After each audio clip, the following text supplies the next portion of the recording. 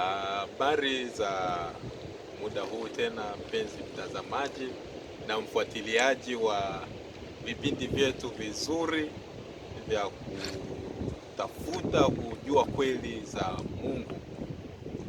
Tumekuwa na mada nzuri mfululizo ambao umekuwa tukiangalia kuhusiana na habari za imani. Tumejifunza kuhusiana na imani ni kwa namna gani tulikuwa na mgawanyiko ambao umeanzia kutoka kwa Ibrahim na kukutana na watu wengi wamekuwa na imani tofauti kulingana na vizazi vilivyokuwepo. Sasa tumefundishwa pia kuhusiana na imani katika Kristo, katika Biblia, kwamba ni kwa namna gani tunaamini Biblia. Leo natamani kujumuika na wewe, kuungana na wewe, tujifunze kitu kimoja makini sana ambacho kinahusu maisha yetu ya kila siku. Imani katikati ya changamoto, matatizo na dhoruba za maisha. Imani katikati ya matatizo, changamoto na dhoruba za maisha yetu ya kila siku. Hebu kabla hatujaendelea na hili somo letu makini, tufumbe macho tupate tuombe.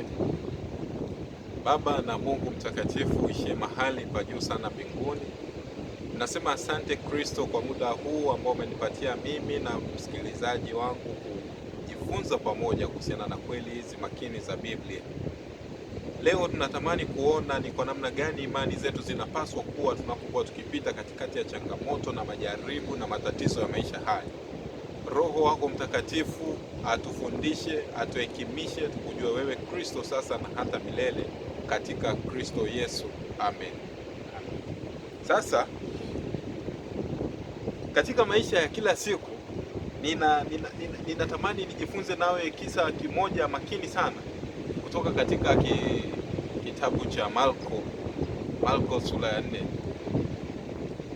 Huku nyuma yako ukiangalia, nafikiri unaiona bahari nzuri, bahari ambayo imeundwa, imetengenezwa kwa kazi ya mikono ya Mungu. Kwa neno la Mungu alitamka na vitu vikawa. Alitamka kuhusu bahari, yawepo maji yagawanyike, nchi kavu na maji vikawepo. Leo nataka tujifunze kisa kimoja ambacho nitakihusianisha na maisha yetu ya kila siku na namna gani tunapitia changamoto hizi katika maisha. Bahari ni, nafikiri kila mtu anaona maji, hakuna mtu anayetembea juu ya maji pale. Pale ni maji, hakuna anayetembea juu ya maji. Na imeaminika kabisa kwa watu ambao huenda hatujui kuogelea kama mimi, huwa hatupendi kabisa kusogea kabisa kuchezea maji. Kwanza kuna mawimbi, pili hatujui kuogelea.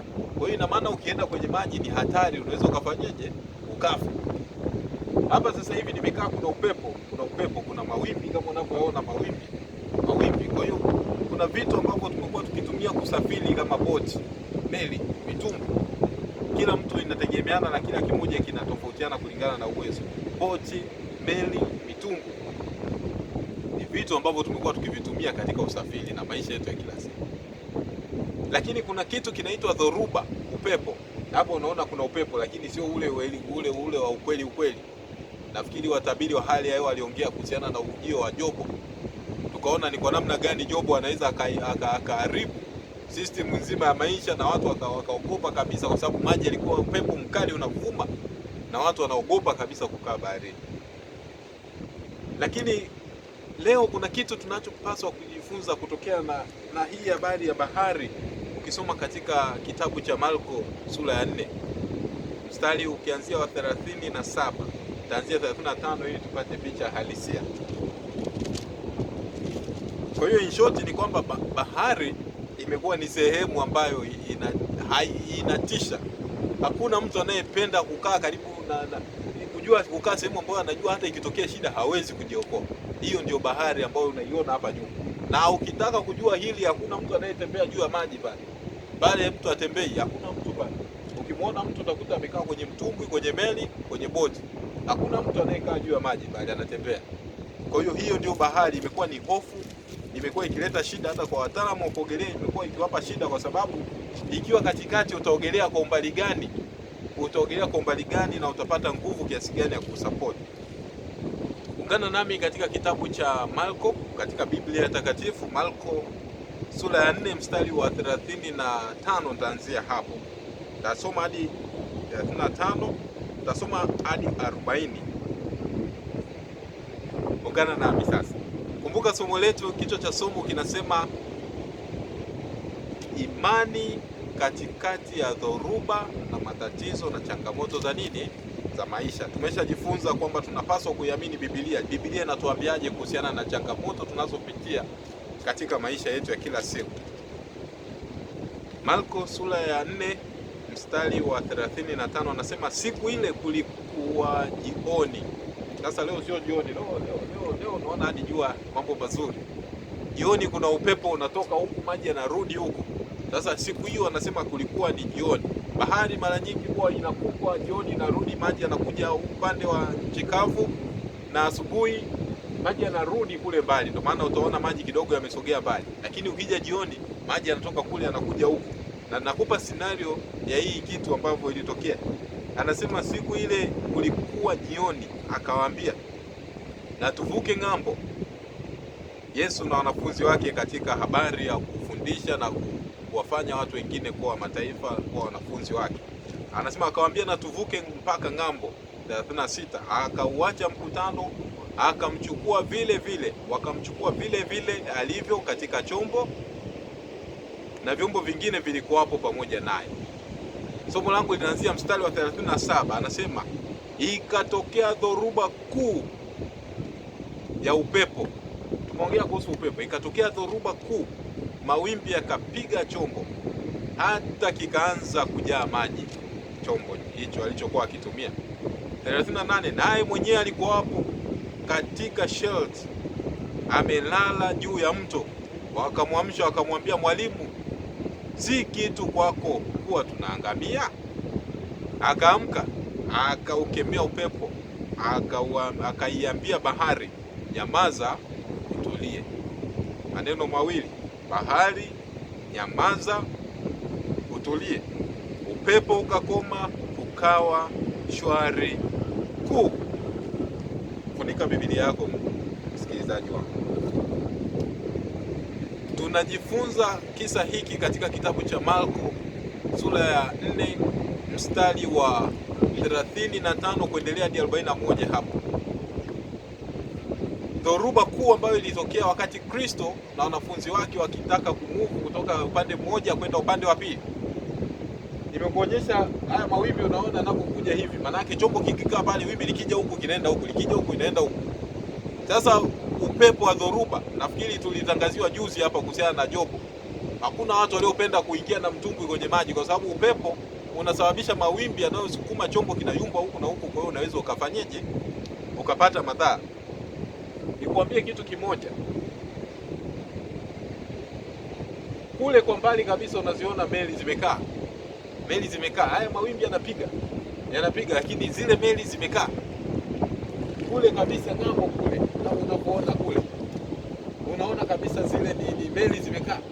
Hebu angalia muujiza huo, imekaa katikati, haiendi na upepo na mawimbi haya, unaona kabisa yanacheza, lakini zile meli haziendi popote. Ngoja nikwambie kitu kimoja, si science moja. Kuna kitu kinaitwa nanga, nanga. Zile meli zile pale, hata uje upepo aina gani, sijui jopo, sijui vitu gani, haitakuja ile meli itoke pale ije huko, au itoke pale iende pale, kwa sababu kuna kitu kimoja kinachoitwa nanga. Nanga ni nanga ni kama chuma fulani kimekaa, kina meno yaliyogeukia juu. Ile meli ili isitoke pale, ni lazima ile nanga ishuke mpaka chini kwenye mwamba. Nanga ni kichuma kimekaa kama hivi, kinakuwa na kamba imeenda hivi. Ukikishusha chini, kikienda kama kwenye jiwe hili hapa, kinakuja kinanata huko, kinanata hivi. Ikinata hapa, maana yake ile meli hata upepo ufanyeje haiwezi kutoka. Hiyo ndio science iliyoko pale. Nanga inafanya kazi kubwa sana, kazi kuu mbili kama sio tatu. Ngoja nikueleze leo. Na kuelezea habari ya nanga. Kumbuka tunasema ni imani katikati ya dhoruba na changamoto. Nanga yenyewe haizuii mawimbi, haizuii mawimbi yasipige meli. Ile meli pale sio kwamba hapana mawimbi kwa sababu ya nanga. Nanga ipo na mawimbi yanapiga. Nanga haizuii upepo. Nanga sio kwamba ukishusha chini kule kwenye mwamba inashika kwamba inazuia upepo usipulize ile meli. No. Upepo unapuliza. Kwa hiyo nanga haizuii mawimbi, nanga haizuii upepo. Nanga inafanya kazi gani sasa? Inashuka mpaka chini, inashika kwenye mwamba. Tunajifunza, kuna wimbo wanasema mwamba, Yesu ndiye mwamba. Hakika kabisa Yesu ndiye mwamba. Sayansi hiyo ilitumika kwa meli. Ikashuka nanga chini kabisa, ikashika kwenye mwamba. Nanga ndio imani ambayo sasa tunaiongea katika Biblia. Imani thabiti inapokuwa imeshika katika msingi halisi ambao ni Yesu Kristo, haijalishi upepo uvume kiasi gani. Sio kwamba imani yako au Yesu Kristo anasababisha upepo usivume, la hasha. Upepo utavuma, yaani utavuma kweli kweli. Jobo, kama ni jobo, ni mawimbi gani, atapiga kweli kweli, lakini atapiga, haitazunguka kama ile meli ambapo haitoki pale. Huu upepo unapuliza viboti hivi hapa vidogo kwa sababu havijafungwa, lakini ile meli pale haitoki kwa sababu nanga imeshika kwenye mwamba. Imani zetu zinaposhika katika msingi thabiti wa Yesu Kristo, haijalishi, sikilize mpenzi mtazamaji vizuri, haijalishi ni dhoruba gani inapita katika maisha yako. Tumejifunza kuiamini Biblia na hiki kisa kipo katika Biblia. Haijalishi ni ugonjwa gani umekusumbua kwa miaka mingapi, kwa sababu imani yako kuwepo kwa Kristo haimaanishi kwamba upepo utapiga. Tumejifunza nanga kuwepo chini katika mwamba haimaanishi upepo haipigi meli. Kwa hiyo sisi upepo utatupiga, matatizo yatatupiga, kama ni vifo vitatukuta, magonjwa yatatupiga, umaskini utatusumbua, matatizo yote yatakuja kwa sababu ni upepo, ni mawimbi, ni dhoruba, ni kila kitu. Kitu kimoja ambacho hakiwezi kufanyika ni kuitoa ile meli pale itoke ije huko, kwa sababu nanga imekaa katika msingi thabiti wa Yesu Kristo. Katika imani yetu inapokuwa katika tumaini la Kristo Yesu, hata upitie changamoto gani, imani haiwezi kukuacha wewe ukapotea. Vivyo hivyo hata kanisa linapokuwa limejenga msingi katika Kristo Yesu, hata upepo ufanyeje, mafundisho gani aje ya uongo, haiwezekani kanisa likaacha hiyo imani, kwa sababu anayeongoza ni Yesu Kristo. Ni mwamba ulioko chini ndio umeshika nanga. Kwa hiyo imani zetu zinapokuwa thabiti kwa Kristo, hata tupite kwenye dhoruba kiasi gani, hata upitie changamoto gani ya maisha gani, uumwe miaka 50, uwe sijui watoto wafariki 10, 15, 20, ni dhoruba ambazo zinapitia katika maisha. Biblia inasema kwamba duniani kuna dhiki. Yesu mwenyewe anasema na taabu zipo, lakini Kristo anachotamani ni kwamba aonekane katikati ya changamoto zote na majaribu. Tunajifunza kisa cha Ayubu, kila kitu kina mpango na kina namna ya kutoka, lakini Kristo anachotamani sisi tujue ni kwamba imani zetu haziwi imara kwa sababu hatuna shida, la hasha. Ndio maana ile boti pale, hata pamoja mawimbi yajaje, ile meli pale haitatoka, kwa sababu mawimbi na upepo haviwezi kushinda nanga ambayo imeshika katika nini? Katika mwamba halisia. Mawimbi, tatizo, changamoto, magonjwa, vifo, umaskini hauwezi kututoa katika imani zetu kwa Kristo. Imani yako inapokuwa thabiti kwa Kristo, haya yote ni shida, sijui ni tatizo, haviwezi kumsumbua mtu yoyote. Nimependa kushare na wewe somo hili ambalo ni makini sana.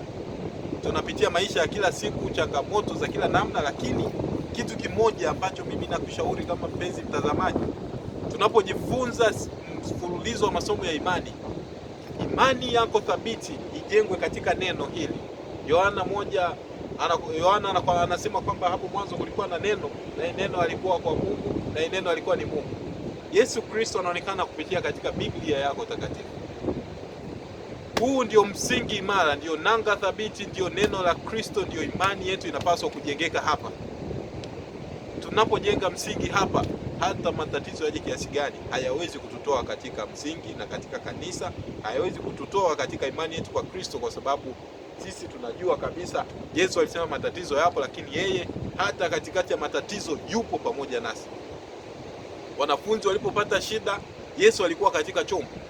Yesu anapokuwa kwenye chombo, hata upepo upige vipi uzami, haiwezekani ukazame. Nanga yako, imani yako inapokuwa thabiti kwa Kristo, haiwezekani ukazama katika maji, kwa sababu Kristo ndo anayeshikilia chombo. Na anaongea maneno mawili tu au matatu kwa Kiingereza, mawili: bahari nyamaza, utulie. Ni maneno matatu: bahari nyamaza, tulia. Peace be still. Bahari nyamaza, tulia. Basi kwa hiyo Yesu anaweza akaamua tu, hata kama dhoruba zinapiga, akasema bwana magonjwa, akasema bwana mtumishi, nimeumwa kwa miaka 5, nina matatizo haya ya design, nimesumbuliwa muda mrefu. Yesu anasema maneno matatu: tatizo, kifo, nyamaza, tulia. Ugonjwa, nyamaza, tulia. Matatizo ya uchumi, nyamaza, tulia, yanapotea, ukawa na shwari kuu. Ndicho Kristo anachokifanya katika maisha yetu ya kila siku. Mpenzi mtazamaji, ninapenda kukutia moyo. Sijajua changamoto unayoipitia binafsi, na mimi nina changamoto ninazozipitia, lakini kupitia neno la Kristo na tumaini ninayoipata katika neno hili ni kwamba hakika Kristo atafika mahali, atasimama, atasema maneno matatu na matatizo hayo ya kwako yote yanaisha. Anasema maneno matatu, ugonjwa unaisha. Anasema maneno matatu, kifo kinakwepa na unaendelea kuishi. Anasema maneno matatu, magonjwa yanakwenda. Anasema maneno matatu, uchumi unatulia. Ni maneno matatu ambayo Kristo akiamua anayasema na kila kitu kinatokea. Dunia nzima imeumbwa kwa neno la Mungu, sio kwa kazi. Sio kwamba Yesu alichukua udongo akaanza kutengeneza sijui ardhi, akaanza kuchukua maji akamwaga. No, alisema pawe bahari pakavu.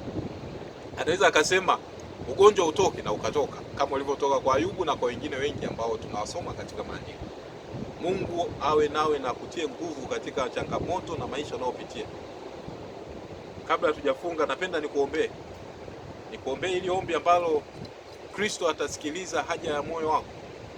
Ikiwa unamwamini Mungu, ikiwa unaamini sehemu fulani kuna nguvu ya pekee tofauti ya Mungu ambayo inatenda kazi, ukiamini jinsi binadamu anavyozaliwa hadi anakufa, unaona ni kazi ya Mungu, na unaamini sehemu fulani kuna Mungu, somewhere there's God. Kama unaamini hicho kitu, fumba macho tuombe.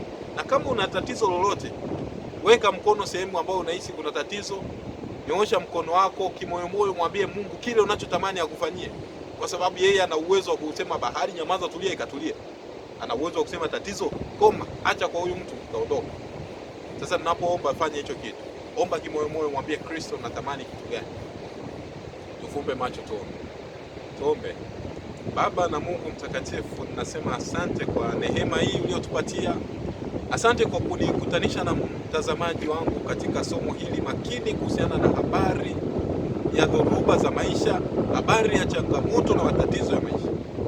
Binafsi Kristo, katika maisha yetu ya kila siku tunafika mahali tunakata tamaa kulingana na shida nyingi zinazotusumbua. Lakini leo kupitia kitabu cha Marko sura ya 4 mstari wa 37 hadi 41 unatuambia kwamba imani zetu kama nanga zikijishika kwako wewe Kristo, hakuna tatizo linaweza kututoa kwako. Asubuhi hii ya leo namuombea msikilizaji wangu, najiombea binafsi kwamba Kristo zibariki imani zetu, zisimame katika neno lako. Imani zetu zisimame thabiti kwako, na hata hizi matatizo, shida zinazotukuta, Kristo ifike mahali ukaziruhusu ziondoke, nasi tukasimame imara tukilisifu jina lako takatifu. Ninaamini Kristo una uwezo. Msikilizaji wangu ameshika sehemu ambayo anaamini kabisa Kristo inamsumbua, lakini kimoyomoyo amekuwa akiongea na wewe, anasema Mungu nisaidie katika hili, Mungu niondoe katika shida hii, Mungu nipatie hada ya wanangu, Mungu nisaidie watoto wangu wawe na akili, Mungu nisaidie watoto wangu wawe na hekima. Mungu ninayaweka maombi yake mikononi mwako kwa imani thabiti. Wewe ulisema tukiomba unasikia na utajibu. Ninamweka mtazamaji wangu, ninajikabidhi mikononi mwako Kristo, ukajibu sawa sana mapenzi yako, kwa kuwa ndilo tumaini letu thabiti kwako katika Kristo Yesu. Amen.